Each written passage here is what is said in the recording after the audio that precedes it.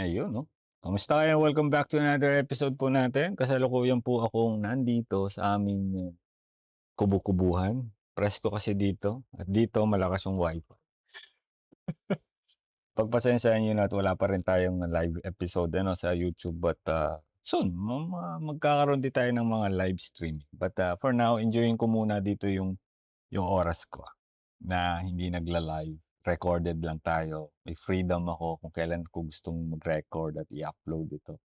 Yun ang napakaganda ano, na, way how to earn money. Hindi masyadong full-time sa pagbo-vlog. Kamusta kayo? Sa mapagpalang gabi sa inyong lahat dito po sa Pilipinas. Magandang umaga, tanghali, hapon diyan naman sa abroad kung kayo po ay nasa abroad. At sa mga OFW na nandito sa Pilipinas para magbakasyon, welcome back. Sa mga nag-exit na, ano, kaya pa ba? Wala ka ng trabaho, oy. 'Di ba? 'Pag yung dapat yung mindset, tamang mindset ng isang Pilipino na wala ng trabaho, nag-exit. Technically wala ka ng trabaho. Dapat yung kung wala kang naipon na pera, hinahinay ka sa paggasto. Kasi kung wala ka ng balak mag-abroad tapos kakaunti yung naipon mo, naiuwi mo, kahit sabihin na natin meron kang 300,000, 500,000, mabilis lang 'yan maubos. Maging wise kayo sa paggasta. Kasi technically nga, wala na kayong trabaho. So, save din 'pag may time at kung may plano kayo mag-abroad pa, mag-save ka na ng pang-requirements mo.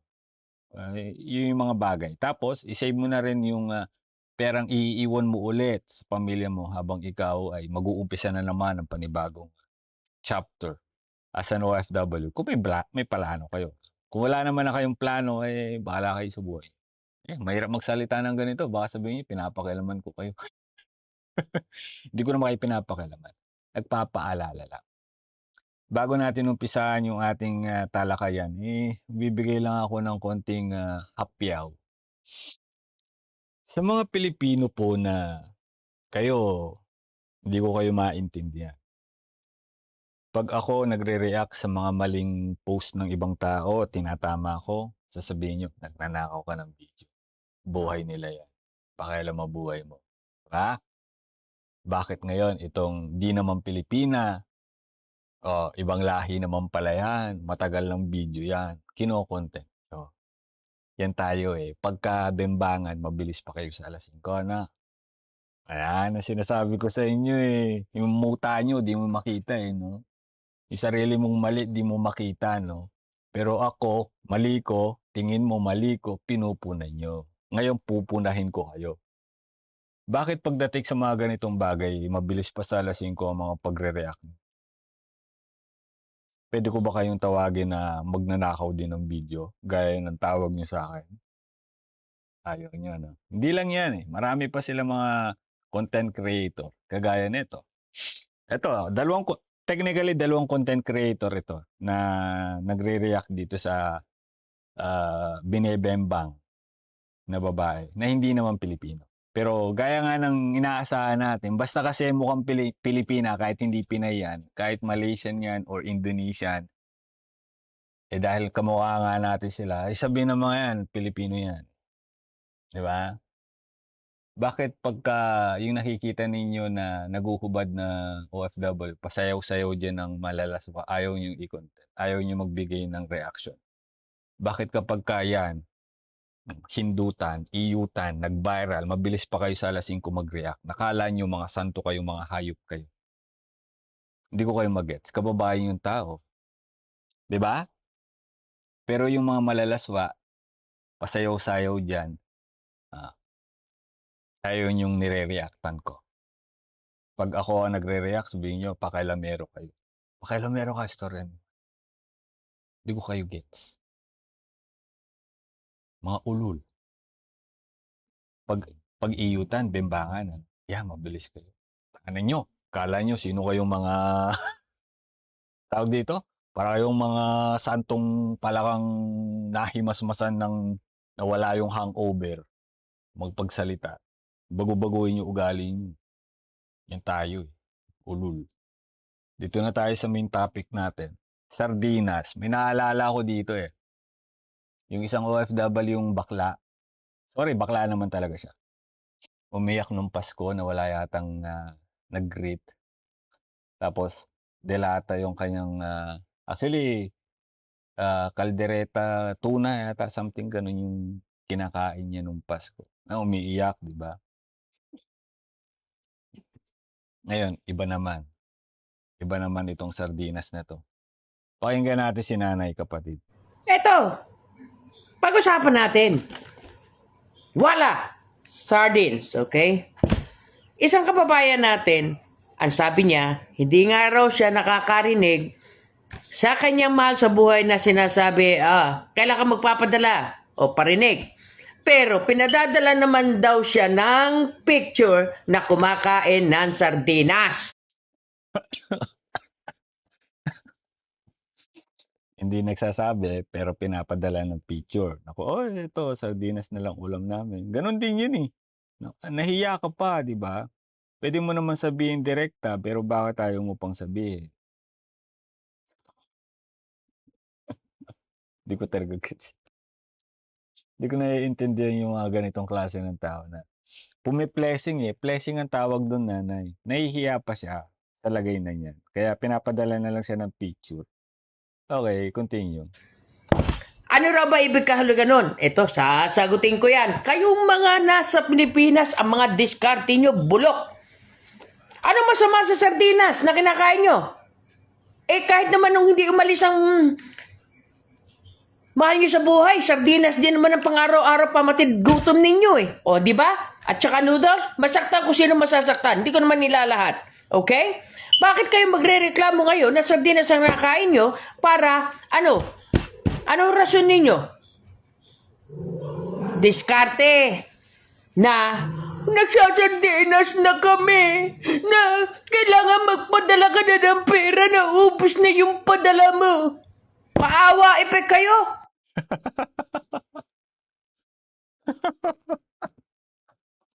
Na-high blood na si lola, eh. 'Di, totoo naman, eh. Totoo naman talaga yung sinasabi ni nanay 'no, pawa effect. Ako nga tawag ko flexing, eh, pero sa kanya mas terrible yung kanyang ginamit na salita.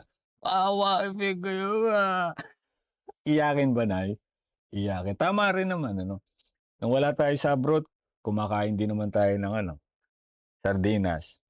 Kung ano na lang gulay-gulay diyan sa gedli-gedli, sa likod ng bahay, lulutuin. Minsan nga kamote, 'di ba? Walang walang bigas, eh, kamote na lang tayo. Minsan saging, minsan bayabas, ulam mo, mangga, bagoong, 'di ba? Pero kasi pagdating yung isang tao, isang kamag-anak mo nag-abroad na, kapatid mo, asawa mo, anak mo, 'yan nag-abroad na. Putang ina 'no, akala talaga nila, eh, every single minute may pera 'yan. Para bagang unlimited yung bulsa nila pagdating sa pera, 'di ba? Diyos ko, ganyan na hindi mo naman masisisi kasi puro korap sa Pilipinas, eh. Pati kayo kumayod. Grabe naman. Hindi lang yung dinidistrib nyo yung taong nagtatrabaho sa ibang bansa. Ano gusto nyo? Corn beef naman? May budget kayo, di ba? Pinadalang kayo ng pera na sweldo ng tao, tapos hindi pa nagsusweldohan ng katapusan, andato na kayo. Ubos na yung pera sa inyo, at magpapaano kayo, awa epek kayo, kinokonsensya nyo ang OFW para magpadala ng pera sa inyo. Eh ano ngayon kung sardinas ang laklakin nyo araw-araw? Kung kinakailangan na magtipid kayo, pagkasyahin nyo hanggang dumating ang susunod na sweldo, gawin nyo. Tara, kain tayo. Oh, may ubi po ako, may gabi po ako, at saka chicken. Oh, yun ba ang gusto nyo? Mahiya naman kayo. Grabe kayo. Mas matindi pa yun. Ito pinaglalaruan nyo. Ang isip ng mahal nyo sa buhay. Kaya pala, hindi nakapagtataka, yung ibang mga OFW sumusuko na, kakanda utang, tumatalo na sa building, kumakapit na sa mga itik, sibuyas, kamatis, luya, para lang masunod ang luho nyo. Magbalat kayo ng buto. O may buto ba kayo? Wala. Da kayo mga nakatihaya, papalaki ng puday nyo, ng aninin nyo dyan. Okay? Dumaki nga sana. Okay? Bye-bye. May punto naman si nanay, eh. Pero nanay, hindi naman kasi lahat ng mga kamag-anak natin sa Pilipinas magaling sa financial, paghawak ng pera. Yung iba, katatanggap pala ng pera, punta na yan sa utang, 'di ba? Yung kakainin mo ngayon, inutang mo na. Sorry, yung kakainin mo bukas, inutang mo na ngayon, 'di ba? Gano'n kahirap, gano'n kahirap ang buhay. Hindi mo rin masisisi, 'no? Sa hirap ng buhay. Ako, andito ako sa Pilipinas, I'm seeing a lot of different people, different ways of life, different struggle ng mga tao dito.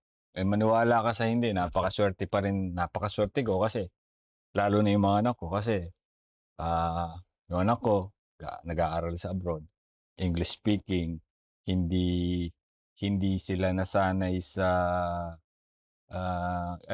sorry for my word, yung mga iba kasi dito parang asal kalye, yung salita nila dire-diretso, you know what I mean? Dito, magkaiba kasi. Nasanay yung mga anak ko especially sa mga ah, kaugalian, kultura ng ibang bansa, ng ibang lahi. Kasi doon nga sila lumaki. Pagdating dito, hindi sanay yung ibang tao na makita yung act o gina-action ng bata. So parang behind their back, iba yung nasa isip ng mga tao. Especially yung one time nagpunta kami ng palengke. So, siyempre, wet market. Alam niyo na siguro kung anong wet market. May mga tilapia dyan, may mga baboy, manok, ganyan. Mga fresh. Yung anak ko nakaganon. Ah, hawak niya ilong. Tinatakpan niya yung ilong niya kasi nga mabaho. Tapos sabi niya, "Ew!" Gumagano yung anak ko. Sabi nung isang tindero, isang bata, kasama yung nanay. Narinig ko, sabi niya, "Arte naman." Sabi niya. Sinabi ko naman dun sa, narinig ko eh. Sinabi ko dun sa bata, hindi kasi lumaki sa Pilipinas yan. Lumaki kasi anak ko sa UK. Sa UK walang ganito. Okay? Kaya yung reaction niya na ew, hindi yun masama. Totoo naman na mabaho. Oh, 'di ba? Totoo. Kasi sa UK walang ganyan. Oh, first time lang niya umuwi sa Pilipinas. Ginanon ko yung bata. Narinig ko ng magulang. Wala akong pakialam, marinig yung magulang. Ang ibig ko sabihin, ano man ang reaksyon ng ibang tao, reaksyon nila yun. Diba? Opinion nila yun. Pakialis ka na. Diba? Ang hirap kasi. Anyway, meron pa siyang video eh. Oh, ito pa. OFW sa Singapore. Sige, pakinggan natin to. Ang pag-usapan naman natin ay mga OFW na sa Singapore. Wag niyang sabihin sa akin na hindi ko nakita, sabi-sabi lang. Galing ako Singapore, okay? Ilang taon na ako nagtrabaho doon bago ako nagpunta rito sa Canada. At bumalik ako 2 beses. At netong huli, kasama ko ang mga kapatid ko at ang tatay ko. Okay? Ito po, ang pagkakaalam ng marami sa ating mga Pilipino. Pero uunahan ko na kayo. Hindi lahat. Hindi lahat. Okay? Pero sa real talk, may tatamaan at tatamaan. Ika nga, marami makare-relate at marami ang nakita ang nangyayari din. Okay? So ilang panahon, tagal ko nang wala sa Singapore, right? Tagal ko nang wala rin sa Pilipinas. Ilang taon na? Okay, almost 35 na ako dito sa, 35 years dito sa Canada. So 2 beses ako bumalik ng Singapore para makita ko kung ano ang nangyayari sa Singapore. Ang pagkakaiba lang, fast lane. Really fast lane. At ngayon, sa isang tipa, pag print mo lang, lalabas na lahat ng information nyo. Ay talagang ang technology, marami nang masasala. Noong mga panahon na ako nang galing diyan, maraming mga Pilipina, pakinggan nyo mabuti. Okay? Na nagbabalik-balikan sa Singapore. Mga domestic helper, at yung iba nagpapalit ng mga pangalan. Yun po ang totoo. Okay? Para makabalik sa Singapore kasi allowed lang po tayo, di ko na matanda kung 6 na taon sa isang employer. Okay? Pero kung multiple employer ka, malilimit ang approval ng visa mo. At pangkaraniwan, papasok doon as a tourist, makalabas ng ating bansa, pagdating doon, tsaka inaayos ang kanilang papers para sa kanilang mga amo as a domestic kasi nagkahigpitan noon. Okay? Ayan, prosesong ginagawa. At, hirap na hirap ang mga OFW, Fly Now, Pay Later plan. Okay? Halos 2 taon mong babayaran yung agency o placement pinatinatawag. Bakit ko nasabi? Ganun din ako. Kaya nga, wala akong ginasyo sa Pilipinas kundi ang pag-apply. Pagdating ko sa yun pala yun sa Middle East yun. Diyan sa Singapore, sa tulong ng aking kaibigan, ni-repair ako sa agency. At ayun, direkta akong nahar. Pero dumaan din po ako sa proseso na papasok kayo as a tourist. Pagdating doon, ayusin ang papers nyo, meron kayong employer. Okay? Naku, Diyos ko. Ang hirap. Kasi yun lang ang magagawa mo para makalabas ka ng ating bansa. So, areglado pero nakakatakot. Kasi wala kang kilala. Meron nga akong kaibigan na naroon, pero lumalabas lang kada linggo. Maswerte pa kung lumabas. Hindi ko alam kung ano ang talagang buhay sa Singapore. Pero nung makarating ako doon, nag-open ang mata ko. Natotoo pala na nakapadlock, parang may mga rehas ang mga bahay. Na kapag umaalis ang amo, nilalak po yun. Kaya kung minsan, sabihin mo na lang, God, huwag sana magkakasunog kasi pag nagkasunog dito, siguradong tostado kami dahil wala namang kaming duplicate key para buksan ng mga pintuan. Lalo na nasa mataas kayong mga building. Ang sakit, ano? Ayan, ilalatag ko na sa inyo. Mayaman ang amo ko doon. Nasa high-rise ang amo ko, malapit doon sa river. Makikita mo yung building na pink. Okay? May nagtayuan na mas matataas, pero mantakin mo, ang hirap. Maglilinis ka ng mga bintana, ang tataas. Pag nahulog ka, sigurado wala kang buhay. At ang trabaho mo, sila natutulog, ikaw gising pa hanggang madaling araw, ikaw nag-aalaga ng bata, papakain, pasusuhin mo lahat. Tapos gising ka pa ng maaga, ihahanda mo mga pagkain nila. Hindi bed and roses. Kung mabait ang amo mo, great. Pero trabaho pa rin kabayo at kalabaw. Okay? Ang masaklap doon, yung nakailak ka at hindi ka makalabas. Minsan yung iba walang day off. Kaya humingi pa ng ng permiso sa amo para makalabas, makapagpadala ng pera. Okay? Ngayon, sa madaling salita, bumalik ako twice. Wala pa rin masyadong pagbabago mga Pilipino. Naroon for almost 10 years, ilang dekada na.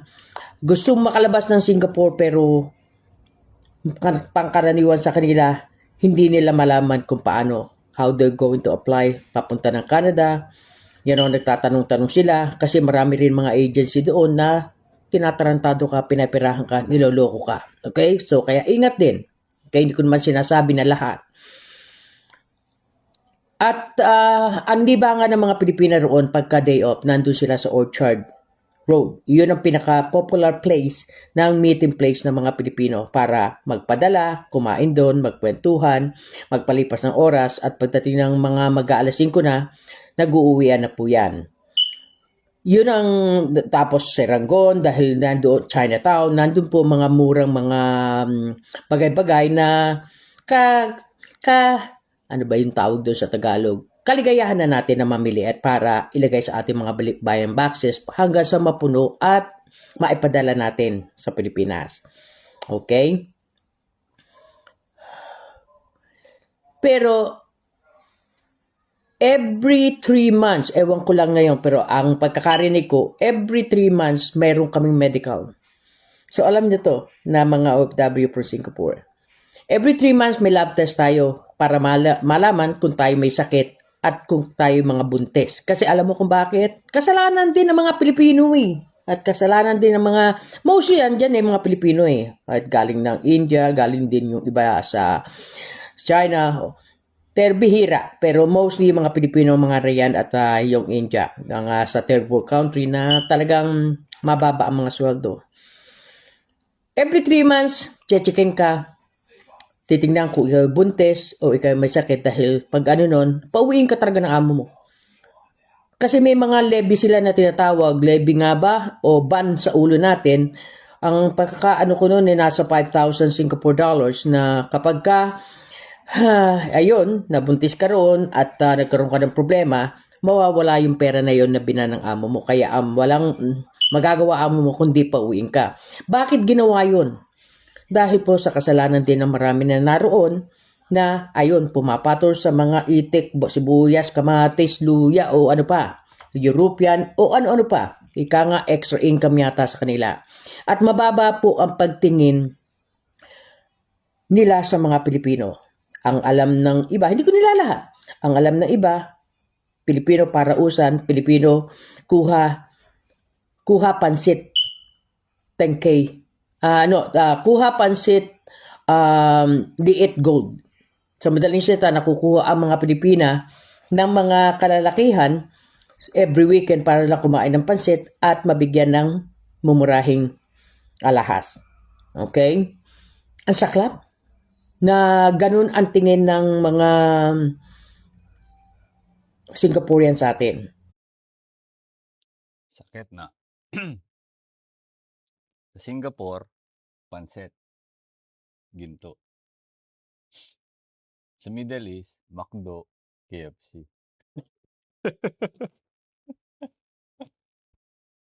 Solve. Yung sinasabi ko sa inyo eh. Tapos ayaw nyo mariril talk. Ayaw nyo tanggapin. Mababa talaga at pagtingin ng ibang lahi dahil sa ginagawa din ng kalahi. Okay? Yung sinasabi ninyo nagpapahamak sa iyo, kapwa nyo Pilipino, gunggong. Nagpapahamak sa iyo, yung kagagawan ng ibang tao talaga. 'Di ba? Hindi ka naman literal na ipapahamak. Sabihin natin na, pinahamak ito, ganito, yan. Si ano't sumbong. Pero yung mga ginagawa kasi ng iba nating kababayan sa pagpo-post sa internet, pag pakikipagkantutan, kapalit ng pera, ng pagkain, it shows that most o tingin ng ibang lahi, most of our Filipina kababayan natin, ganun. Ngayon sabihin niyo sa akin, ito iba yan, ibang tao yan. Ugali niyo, ayusin niyo na. We'll see you on the next episode mga kababayan.